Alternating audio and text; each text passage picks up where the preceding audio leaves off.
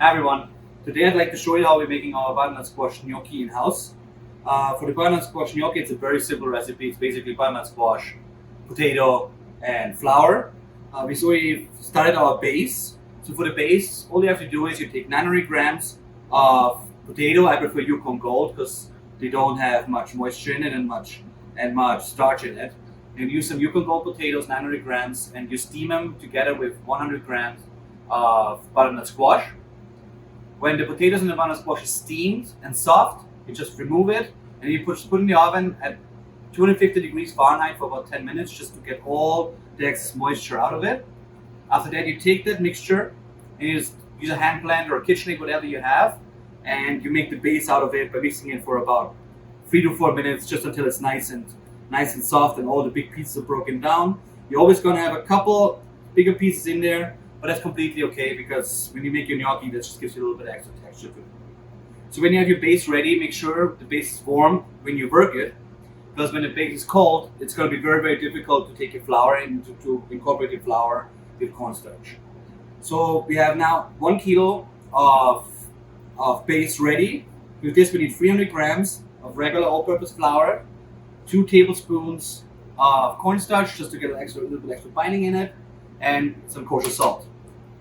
You're just going to spread out the base a little bit, and we start incorporating our flour into it. Take it slow. Don't add too much flour right away, because if you do that, it's all going to break apart. It's going to be very, very difficult. So the slower you incorporate it, the easier it's going to be for you.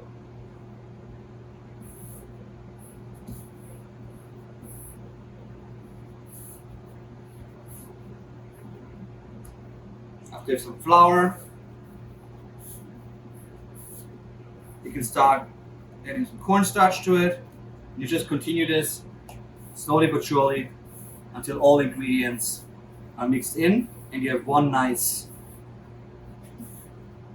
batch of dough ready that you can just use to form your gnocchis right after.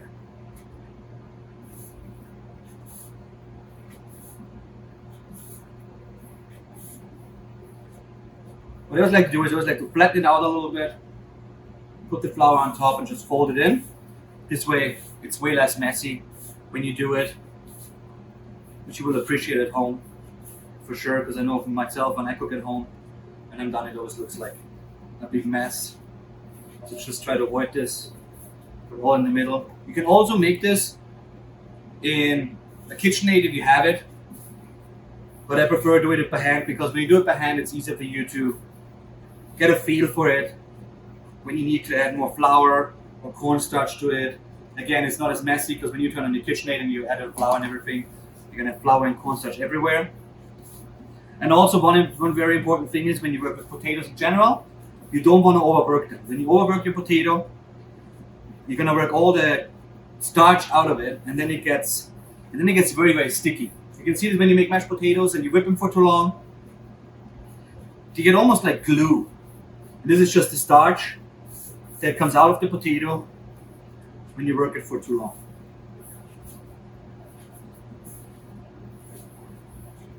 I'm gonna keep mixing it. Now we have already all the salt. Add more cornstarch to it.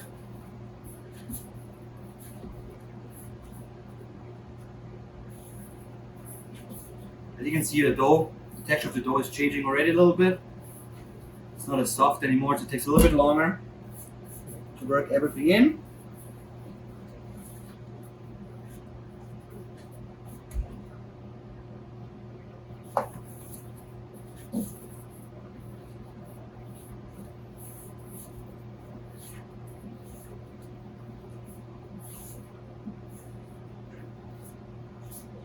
We're using the cornstarch instead of eggs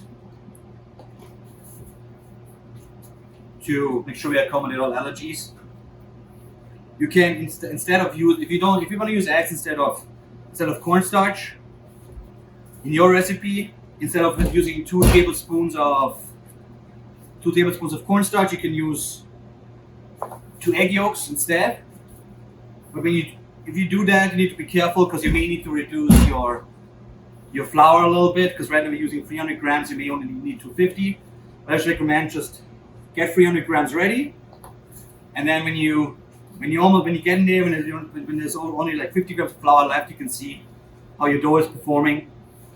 If you still a little bit sticky, a little bit soft, then you just add more flour. Otherwise, leave it and you're good to go.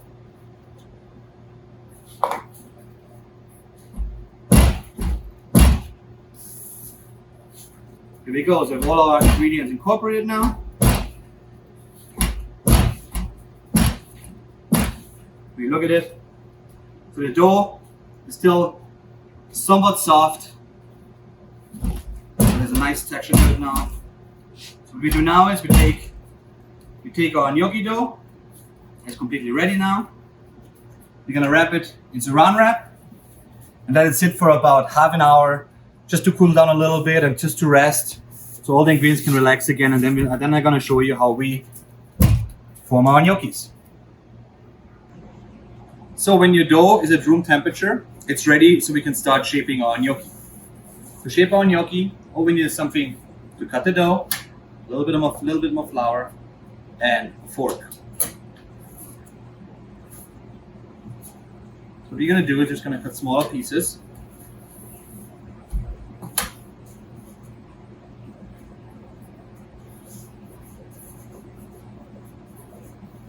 You're gonna just roll it.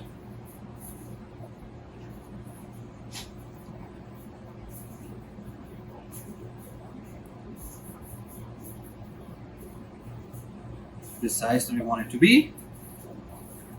And all we do is we're just going to cut off the size that we want for the gnocchis.